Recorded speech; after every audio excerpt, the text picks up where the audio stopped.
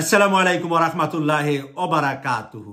BBC প্রতিবেদন, বাংলাদেশে বন্ধু খুঁজে ভারত, বিএনপি জামাত দূরত্ব ইতিবাচক দেখছে নীতি নির্ধারকরা।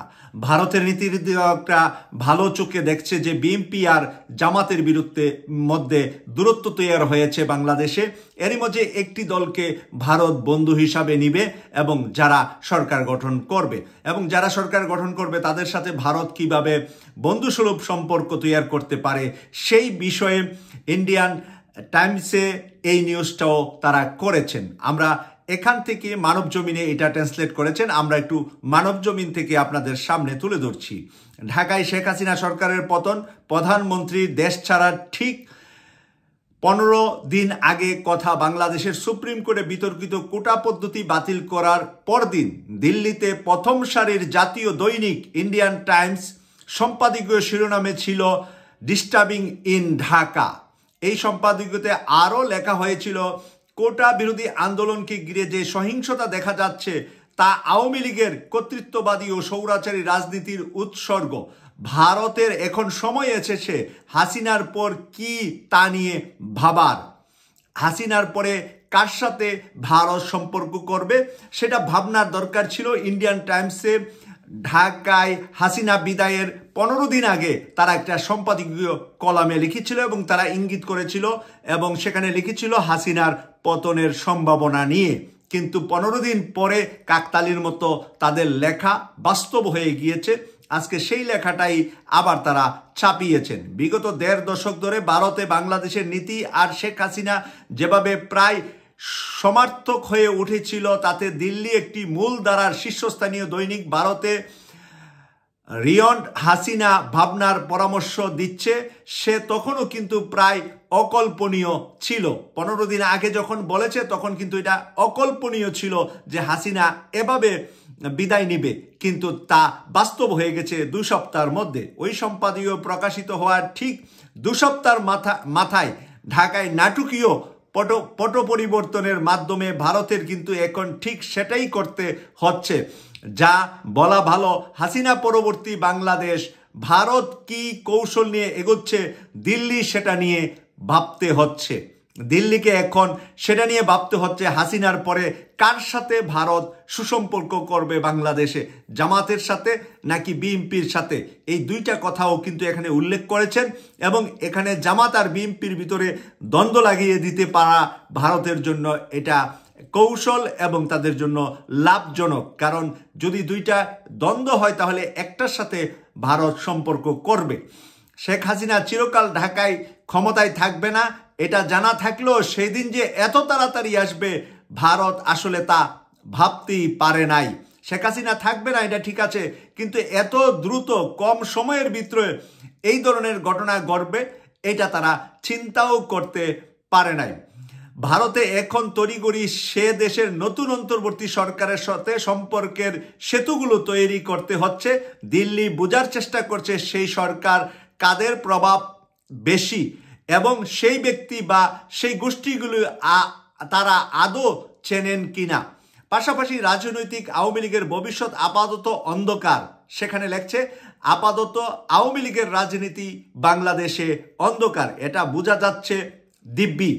সে বাস্তবতা থেকে বিকল্প কোনো রাজনৈতিক শক্তির সঙ্গে সম্পর্ক স্থাপন করা যেতে পারে এবং সেটা কিভাবে ভাবতে হচ্ছে এ নিয়ে, এটা কিভাবে সম্ভব, কার সাথে করবে এই নিয়ে দিল্লি অনেক টেনশনে আছে।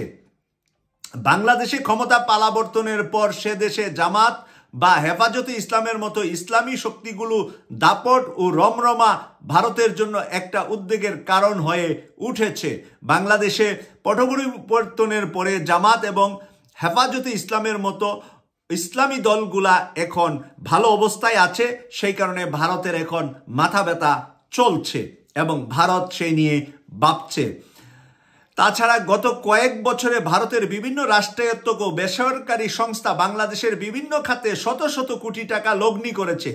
এই সংকটের মুহূর্তে সে বিনিয়োগ কিভাবে আর কতটা রক্ষা করা সম্ভব সেটা নিয়েও ভারত এখন বড় দুশ্চিন্তায়। ভারত যে বিভিন্ন জায়গায় সুদে লগ্নি বলেন বা ব্যবসায়ী টাকা খাটানো বলেন বিভিন্নভাবে যে ভারত বিনিয়োগ করেছে বাংলাদেশে, এখন সেই বিনিয়োগ কিভাবে উঠিয়ে নিবে সেই জন্য তারা এখন মাথা ব্যথায় অস্থির অবস্থায় ভারত আছেন। প্রিয় দর্শক, আজকের এই প্রবন্ধ থেকে আমাদের বাংলাদেশের রাজনৈতিক দলগুলার কি শিক্ষণীয়? রাজনৈতিক দলগুলার শিক্ষণীয় হলো ভারত কারো না কারো ঘাড়ে উঠে ভূত চেপে বাংলাদেশের রাষ্ট্রীয় ক্ষমতায় আবারও কিন্তু তারা প্রভাবিত করার চেষ্টা করবে। এক হলো বিএনপি, আরেক হলো জামাত। তারা এখন চেষ্টা করছে বিএনপি অথবা জামাত তারা একটি দলের সাথে সুসম্পর্ক করবে, আর সুসম্পর্ক করার আগে যদি এই দুইটি দলের ভিতরে দ্বন্দ্ব লাগিয়ে দেওয়া যায়, দুইটি দলের ভিতরে যদি হাঙ্গামা লাগিয়ে দেওয়া যায়, এরই মাঝে তারা সুবিধাটা নিতে সহজ হবে, সহযোগিতার হাত বাড়িয়ে দিবে এবং তাদের টার্গেট, তাদের মঞ্জিলে পৌঁছতে পারবে। হাসিনার পরিবর্তে নতুন হাসিনা তারা পেয়ে যাবে। তাই এই জন্য আমি অনুরোধ করব বিএনপি এবং জামাতের বাইরা দ্বন্দ্বে না গিয়ে আপনারা দেশ গোছান। দেশে অনেক ধরনের সমস্যা আজও আমরা দেখছি, বিভিন্ন জায়গায় বিভিন্ন নামে আওয়ামী লীগ, ভূত লীগ, জিন লীগ, পেতনি লীগ, কত লীগ নামে এখন রাস্তায় নামছে আপনারা দেখছেন। এই প্রত্যেকটাই ভারতের কাজ, রয়ের কাজ, এবং ভারত এখনো আমাদের দেশের ভিতরে তাদের যে প্রেতাত্মা তারা কিন্তু নাই, তাদের দেশের নাগরিকরা বাংলাদেশে নাই, এবং থাকলেও ওরা আছে যার যার কাজে, কিন্তু রয়ের কাজ এজেন্ডা বাস্তবায়ন করছে। তারা যে 15.5 বছরের ভিতরে বাংলাদেশিদের ভিতরে রয়ের এজেন্ট বানাতে পেরেছিলেন, ওই তাদের মাধ্যমেই এখন এই কাজগুলা চলছে। তাই প্রিয় দর্শক, আমরা সতর্ক থাকব।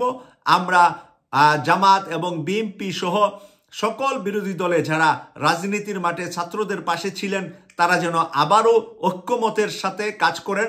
আর বাংলাদেশে আগামী সাধারণ নির্বাচনে আমরা বিশ্বাস করি বিএনপি যদি রাষ্ট্রীয় ক্ষমতায় যা, বিরোধী দলে জামাত থাকবে, জামাত যদি রাষ্ট্রীয় ক্ষমতায় যা, বিরোধী দলে বিএনপি থাকবে। আওয়ামী লীগের কবর রচনা হয়েছে এই ভারতীয় নিউজ থেকে আমরা যতটুকু পেলাম, এবং আমরা বাস্তবে যা দেখছি। আর জাতীয় পার্টি নামক কোনো দল আগামী সংসদে 1-2টি আসন পাবে এই বিশ্বাস আমি করি না। আপনাদের মতামত লিখুন আমাদের কমেন্টস করে, এই প্রত্যাশা রাখছি। আমি সৈয়দ মাসুক, লন্ডন থেকে। আল্লাহ হাফেজ।